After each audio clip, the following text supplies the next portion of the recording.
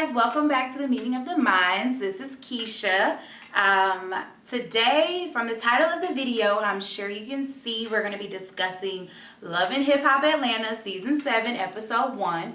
It came on last night on VH1, and some of you may not know, but I'm a reality show junkie. I watch way too much TV, but one of my favorites is the Love and Hip Hop series, so I just had a couple of, concerns with last night's episode.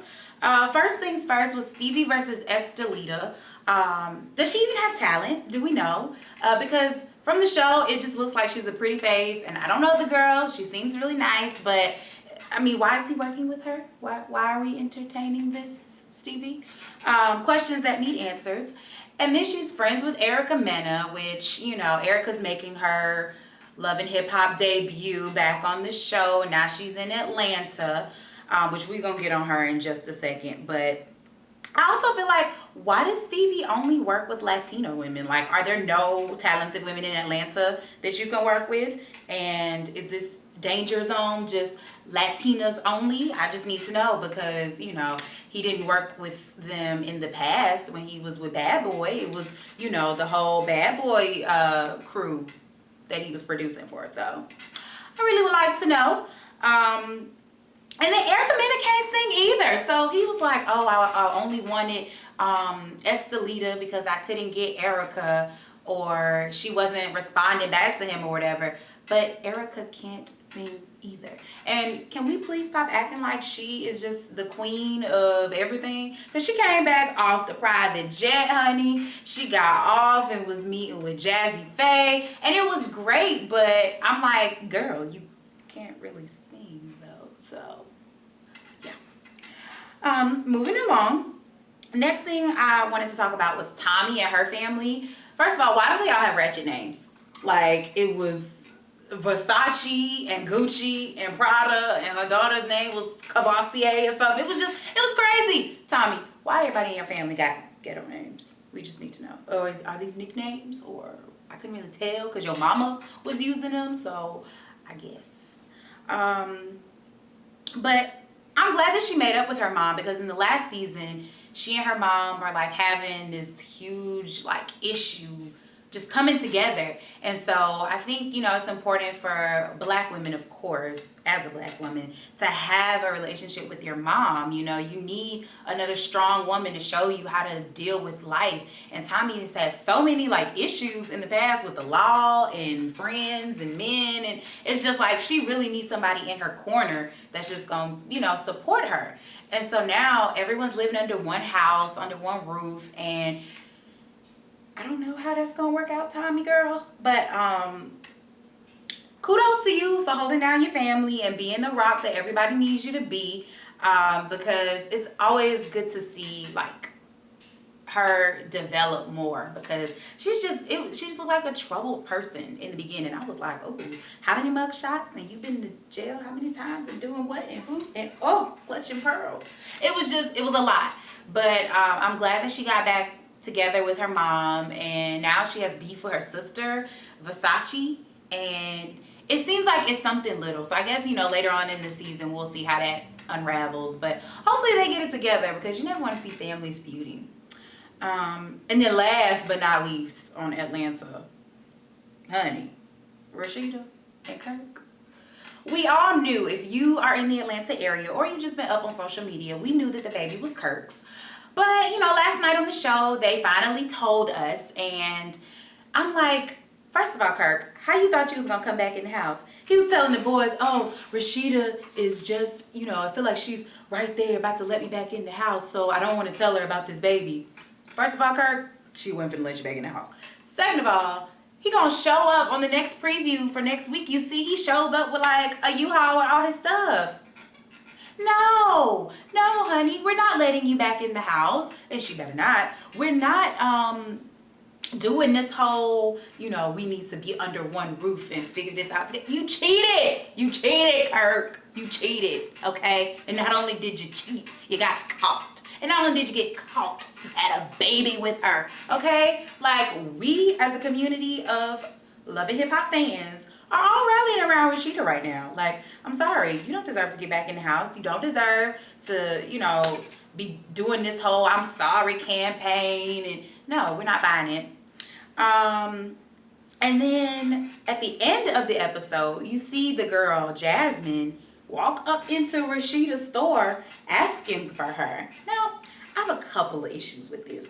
One, you walking into her place of business, that's completely inappropriate. You need to be talking with Kirk at this point, because your relationship and your interactions should be with Kirk and Kirk only. Do not come to the wife and try to, you know, y'all trying to talk, because there's nothing to talk about. And to me, if I was Rashida, I would have nothing for this little girl, because I'm just like, you know, you slept with my husband and I want to talk to you right now because of why? No, we don't have anything to discuss. But I do agree that the kids should be, you know, family and know each other and things like that. But I think all communication should be with the middleman, Kirk, because coming up to her place of business is just tacky, first of all. Second of all, like, it's too fresh. Like, I mean, I'm sure this stuff happened months ago and they taped this a while ago. But for us as viewers, we just found out that this is his baby. And, you know, now you want to talk to Rashid? Because they were going so hard last season that, you know, oh, we don't know if it's Kirk's. You know, Rashida was just like, this girl, you know, could be trying to come up, and Kirk was saying it too. And it was just like, she was still mad at her husband, but it's like, we don't know. We haven't found out if it's even real or not. All we know is that he cheated on his wife. But I mean, at this point we know. And honey, no, follow girl code. First of all, if you follow girl code, you would have known Kirk was married. Everybody in Atlanta know Kirk married. Everybody know Kirk's with Rashida. They've been married for 20 million years. Like, that was completely off limits. So you can't even use the excuse like, oh, you didn't know he was married. But that's beside the point, because the child is here. So, you know, moving forward, I just think that all communication should be with the man involved. Like, don't come to the wife. So that was my Love and Hip Hop Atlanta review. I also stayed glued to my TV last night and I watched Love and Hip Hop Miami Part 2 reunion. So if you watched Part 1, they aired Part 2 last night and that was a mess too. So let's get into this. First things first, Hollywood versus Amara La Negra. Amara is so beautiful to me. Like, regardless of her ethnicity or how she wears her hair or what she claims, she's beautiful. Like, you can't deny the girl is beautiful. So I really didn't like that he was trying to insinuate that they had slept together or something, because he was like, oh, you came to my house with the bedding, right? You slept there, didn't you? Like, yes. And she was like, yes, I did. But let's be clear. I brought you bedding because you didn't have nothing in your house. And then she was like, I slept on an air mattress that wasn't even blown up. Like, it was completely hilarious, but she shut it down. So kudos to you, Amara, for that. And then Afro Latinas, it was like a big thing at the beginning of the Part 2 reunion. They were explaining that Afro Latinas are just people of African descent who are also in Latin American cultures and embrace both sides. So there can be some Latin women who or Latina women who are darker than black women or who look black, but it's okay to embrace both sides. So I think young Hollywood is just really immature. He's really whack. I'm not feeling him. And I was happy, like everybody else in the studio, when he walked off stage and they was all clapping for him, because yes, leave. Exit stage left, please. So yeah, that was interesting. Veronica Vega, honey, we as a community want to tell you, you're not black. I'm sorry. Just because you grew up in, you know, the hood, or because you are a minority, does not make you black. Like, let's be very, very clear. Using the N-word is something that you shouldn't do, honey. You know, I don't think that's appropriate. And Trina, really? Me and Jaleesa were talking about this before on, like, when the episodes came out.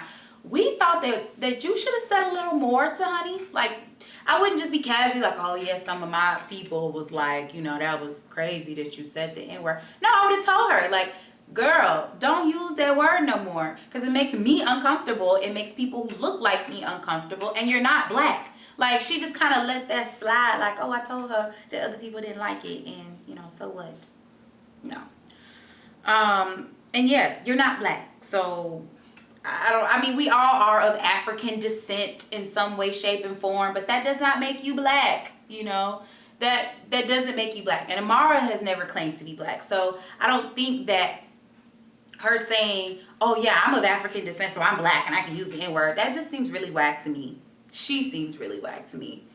And her and Steph are not Amara's friends. If those are friends, honey, I'm better off with my enemies, because they were wild.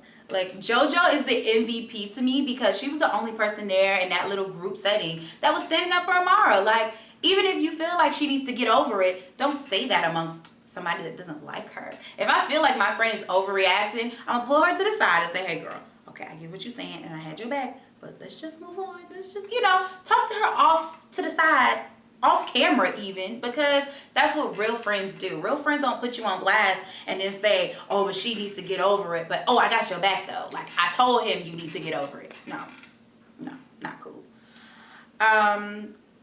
And then Gabby the groupie. Oh my God, Baby Blue gave me all my life. He gave me all of my life on this reunion, because he called her a groupie, and I was like, yo, she is a groupie. She was, you know, all into Marcus and Pleasure P and, you know, Pretty Ricky. And before you knew it, out comes the clip of her and Prince. They had been making out. So it's like, girl, are you really into him? Or are you just here for the fame? Because it's not looking too good. It wasn't looking too good. And then I think that Pleasure P was just a chump for how he handled everything. He didn't choose Gabby, didn't choose Shay. And my thing is, poor Shay. Like, she just all on reality TV getting dogged out by these dudes. Like, I understand she's a firecracker, she's a lot, but she's been a firecracker. She's been alive. If you're a reality show junkie like myself, you know that Shay was on Flavor of Love, and Bucky was Bucky then. So, like, let's not act like all of a sudden she's just become this outrageous, outspoken, loud person. She's always been that way. So if you fall in love with her or you're dating her, accept it and don't try to use that against her. Because if she pop off, you need to tell her, hey girl, chill, you know, just remove her from the situation and talk to her about it on the side, but don't like get into the relationship and then you say, oh, but my girl shouldn't act like this. You knew that before she was your girl? So yeah, I don't know. I wish her all the best, but it's just not, these relationships have just not been successful for her. And my heart goes out to you, Shay. Like, I want you to prosper in love. And then poor Liz. Liz, at the end, you know, she was just so devastated when she saw the video clip that they just slid in real quick of Gabby and Prince making out by the pool in little bikinis. And it was just like, I felt bad for her too, because you could tell she really loves the guy, and he's just casually like, you know, I'm a grown man, I'm gonna do what I want to do. And so that's, you know, whatever. But she'll bounce back. She's a pretty girl. It's Miami. Like, she'll find someone else. But it was just like, a lot of people taking L's last night. And then Trick Daddy Dollars, my favorite. He enjoyed, just needs to go ahead and get that divorce. You can tell he still loves her, but let it go, Trick. Like, it's over. And if she really wanted the divorce, she could proceed with a lawyer and get that divorce. But I think she just wants to, you know, kind of carry it out with him too, like this back and forth, like, I want the divorce, but you won't sign the paper, but I really love you, but you don't love me, and nobody gonna love me like Trick. It was just a lot. So I think that they should both just mutually, you know, move on. It's time. Let's be adults. But it's really entertaining to watch. Enjoy, honey. Don't go to Pleasure P. He's a loser, okay? Like, he's just there for the fun. He just said he liked you, and that's it. I really hope that in the next seasons, that they don't continue a love interest, because we're not interested in that.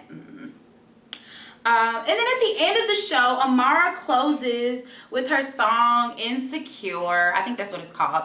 But it was really nice. I like the song. She looks good. She danced. She had the... See, Amara needs to coach... what's the girl? Estelita. Amara need to help her. Showmanship. That's what she needs, a little showmanship. But she was good. It was really nice. Does that make me insecure? I loved it. It was beautiful. That was a good performance. And I'm glad she got to close the show. Like, good for her. Good for her. So that is it for now. I had my little gab session with you guys. So let me know what you thought of the reunions for Love and Hip Hop Miami, and then what did you think about the premiere episode for Love and Hip Hop Atlanta season 7. So leave your comments down below, and then follow us on Instagram at Meetings of the Mind ATL, and then let us know what you think, like I said, of this video. Like, comment, and subscribe, guys. See you next time. Bye.